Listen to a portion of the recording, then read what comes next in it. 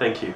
Now, to now link, as we've said in part one, to link the three personalities of the narcissist, the sociopath, and the psychopath, to link them to the human condition which we all have to work against as part of our human nature, part of the mess that we inherited from, unfortunately, our father Adam, which we hope that Christ washes away in his blood.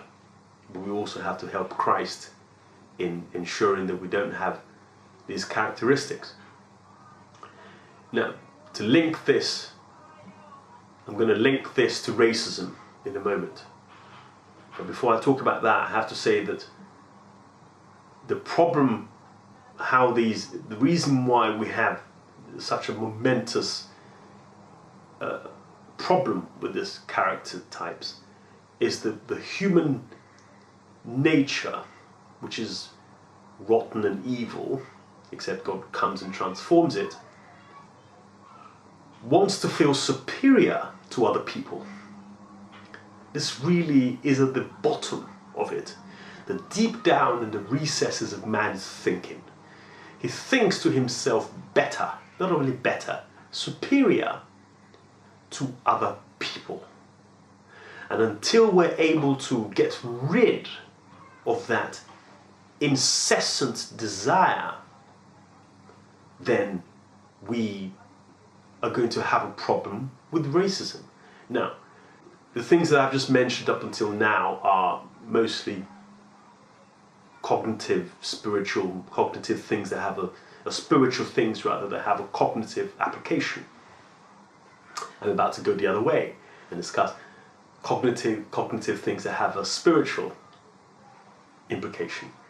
There'll be many teachers, sages, even prophets, writers, researchers who have discussed and talked about this thing called racism at a much better length, with a much better resume than I could ever try or attempt to do. I was raised under a Pan-Africanist tradition, so I know a thing or two about these writers. I can't do justice to John Henrik Clarke's works, or to Sheikh Anta Diop's works, or to James Small's works, or to Ivan van Sertima's works, or to Joseph Benjo-Cannon's works, or to Chancellor William's works, etc. Will be here until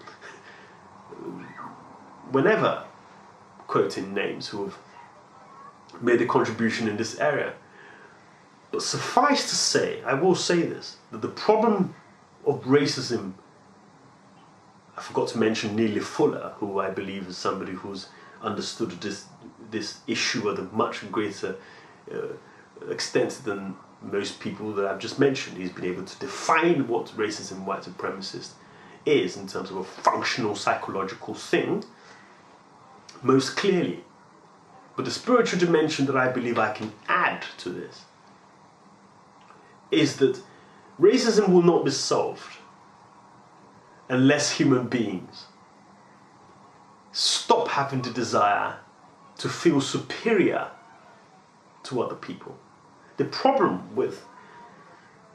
fundamental problem with people who champion Egypt and the civilizations of Egypt and of Nuba also, which is south of Egypt. The problem that they have really is that Greece stole their intellectual property and championed it and didn't give them credit for it.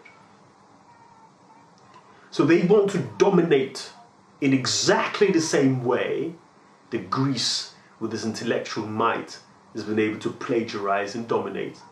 And they also want to dominate in the way that Rome, with all of its ammunition and manpower and firepower, also has been able to dominate.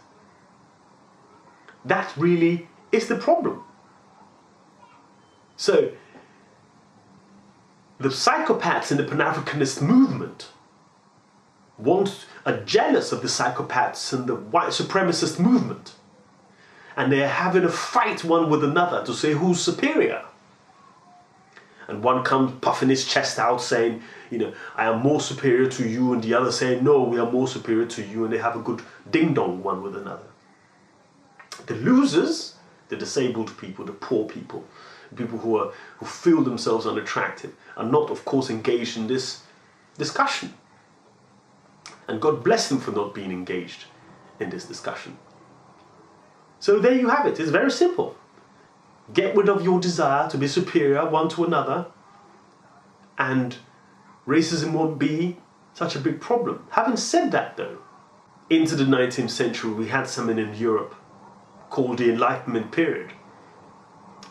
This Enlightenment period was a moment when Greece suddenly realized that it was the intellectual birthplace for all things. Obviously plagiarized, but this is what is believed. This is widespread classical thinking. And this is gobbled up by all people who envy the civilizations in Greece and use it as a hallmark and as a benchmark for progress, for things like democracy, for things like the rule of law, etc. However, the psychological, intellectual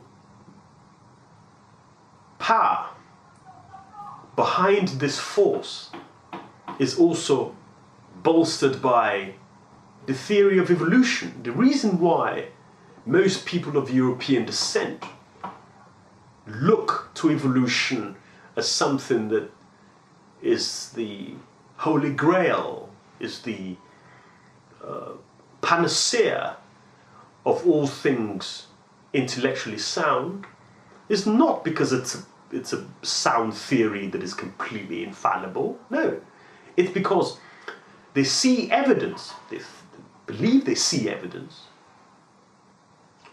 that they have evolved. So it's not just a matter of black people or brown people or other civilizations doing better than them or copying them. It is that they believe that they have evolved from black and brown people,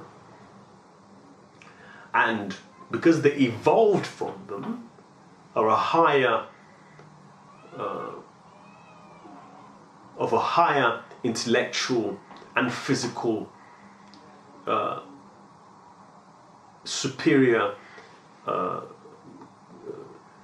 and because they feel that they are an evolution of people who are black and brown, they feel that they owe them a duty. That is, European people or people of European descent who are psychopathic or sociopathic feel that they owe humanity a duty to first enslave, because when you have a brute animal, this is all intellectually conceived, of course, when you have a brute animal like a zebra, one must, through force, or a wild horse, one must through brute force instill order in such a brute beast. So the sociopath and the psychopath of European descent believe in evolution, and